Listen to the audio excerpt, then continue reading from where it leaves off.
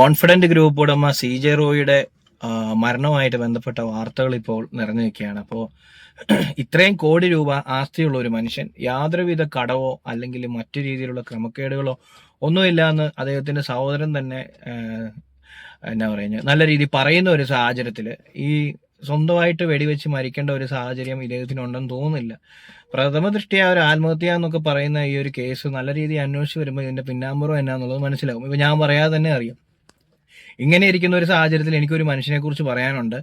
അത് വേറെ ആരുമല്ല, നമ്മുടെ അറ്റ്ലസ് രാമചന്ദ്രനെ കുറിച്ചാണ്. അദ്ദേഹം ശരിക്കും പറഞ്ഞു കഴിഞ്ഞാൽ ഏത് ലെവലിൽ നിന്നിരുന്ന ഒരു മനുഷ്യനാണ്. അറ്റ്ലസ് ജ്വല്ലറി ജനകോടികളുടെ വിശ്വസ്ത സ്ഥാപനം. ഈ പരസ്യം കാണാത്ത മലയാളികളെ ഇല്ല. അതായത് നല്ലൊരു ലെവലിൽ അത്യാവശ്യം നല്ലൊരു ബിസിനസ്മാനായ അദ്ദേഹം ഒരു ചതിയിൽപ്പെട്ട് അവസാനം ജയിലിൽ പോകേണ്ട ഒരു സാഹചര്യം വന്നു. തൻ്റെ കയ്യിലുള്ളതെല്ലാം പോയ ഒരു അവസ്ഥ ഉണ്ടായിരുന്നു. അങ്ങനെ ഒരു അവസ്ഥയിൽ വർഷങ്ങളോളം ജയിലിൽ കിടന്നതിന് ശേഷം അദ്ദേഹത്തിനൊരു തിരിച്ചുവരവുണ്ടായി. അദ്ദേഹം തിരിച്ചു വന്നിട്ടുമുണ്ട്. അപ്പോൾ അദ്ദേഹം ശരിക്കും പറഞ്ഞിരുന്നത് അദ്ദേഹത്തിൻ്റെ സപ്പോർട്ട് എന്ന് പറഞ്ഞാൽ അദ്ദേഹത്തിൻ്റെ കുടുംബം സപ്പോർട്ടായിട്ട് നിന്നു. എന്തായാലും ചതിക്കാനായിട്ട് കുറച്ച് ആൾക്കാരുണ്ടായിരുന്നു, ചതിച്ചു പറ്റിച്ചുകൊണ്ട് പോയി. അങ്ങനെയുള്ള ഒരു സാഹചര്യത്തിൽ നിന്ന് അദ്ദേഹം തിരിച്ചു വന്നിട്ടുണ്ട്. അപ്പോൾ അങ്ങനെ ഇരിക്കുന്ന ഒരു ഇതിൽ നമ്മൾ കണ്ടിരിക്കുന്ന ഈ CJ റോയ് എന്ന മനുഷ്യൻ, അതായത് കോൺഫിഡന്റ് ഗ്രൂപ്പിന്റെ ആ ഒരു MD അല്ലെങ്കിൽ ആ ഒരു സ്ഥാപകൻ, അദ്ദേഹത്തിനെ നമ്മൾ കണ്ടിരിക്കുന്നത് തന്നെ വളരെ എനർജറ്റിക് ആയിട്ട് തന്നെയാണ്.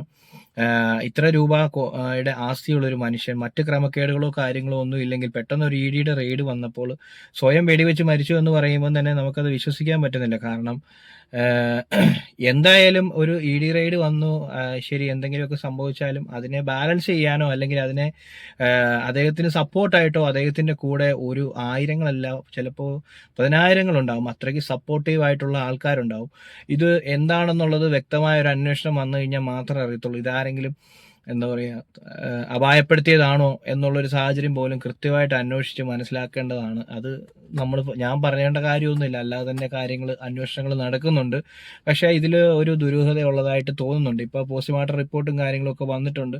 ഇടത് നെഞ്ചിലേക്കാണ് വെടിയുണ്ട തുളച്ചു കയറിയത്, വലത് കൈ കൊണ്ട് വെടിവെച്ചു എന്നുള്ളൊരു സാഹചര്യമൊക്കെയാണ് പറയുന്നത്. അപ്പം ശരിക്കും പറഞ്ഞു കഴിഞ്ഞാൽ അദ്ദേഹം ഒരിക്കലും അത് ചെയ്യേണ്ട ഒരു കാര്യമില്ല. പെട്ടെന്ന് ഈ വാർത്തകളെല്ലാം കാണുമ്പോൾ ആകെ കൂടെ നമുക്ക് യാതൊരു പരിചയമില്ലാത്ത, എന്ന് വെച്ച് കഴിഞ്ഞാൽ നേരിട്ട് പരിചയമില്ലെങ്കിലും TV കൂടെ അല്ലാതെയൊക്കെ അദ്ദേഹത്തെക്കുറിച്ച് അറിയാം. അങ്ങനെയുള്ള ഒരു ഇതുകൊണ്ട് നമുക്ക് കേൾക്കുമ്പോൾ ഒരു ഇത് അപ്പോൾ എനിക്ക് തോന്നിയ ഒരു കാര്യമാണ് അദ്ദേഹം അങ്ങനെ ഒരു കാര്യം ചെയ്യേണ്ട ഒരു സാഹചര്യം ഉണ്ടാകുന്നില്ല. പിന്നെ എന്തുകൊണ്ട് എന്നുള്ള കാര്യമാണ് ആകെ കൂടെ ഒരു ഇത് വല്ലായ്മ. ഈ കാര്യത്തിലൊക്കെയാണ് അറ്റ്ലസ് രാമചന്ദ്രൻ എന്ന മനുഷ്യനെ കുറിച്ച് നമുക്ക് മനസ്സിൽ വരുന്നത്. കാരണം അദ്ദേഹം അത്രയും വലിയൊരു ക്രൈസിസ് ഉണ്ടായിട്ട് പോലും അദ്ദേഹത്തിനൊരു തിരിച്ചുവരവ് ഉണ്ടായി എന്നുള്ളതാണ്. അപ്പോൾ ഇത്രയും വലിയൊരു ബിസിനസ് മാഗ്നറ്റ് അല്ലെ ബിസിനസ് ടൈക്കൂൺ എന്ന് പറയും നമ്മൾ വിളിക്കുമ്പോൾ അദ്ദേഹത്തിന് ഒരു കുഴി ഉണ്ടായിക്കഴിഞ്ഞാൽ അതെങ്ങനെ നികത്തി കയറി വരാമെന്നുള്ളത് ചിന്തിക്കാനും പ്രവർത്തിക്കാനുമുള്ള ഒരു ആക്കോളൊരു മനുഷ്യനാണ് ഇദ്ദേഹം. പെട്ടെന്നൊരു ED റെയ്ഡ് വരുമ്പോൾ വെടിവെച്ചു മരിച്ചു എന്ന് പറയുന്ന കേൾക്കുമ്പോൾ ഉണ്ടാകുന്ന ഒരു ബുദ്ധിമുട്ട് കൊണ്ടാണ് എനിക്കിങ്ങനെ ഒരു വീഡിയോ ചെയ്യാൻ തോന്നിയത്. വാട്ട് എവർ ഇറ്റ് ഈസ്, എന്തെങ്കിലും ആകട്ടെ, പക്ഷെ നമുക്കത് കേൾക്കുമ്പോൾ ഭയങ്കര ഷോക്കിംഗ് ആയിപ്പോയി.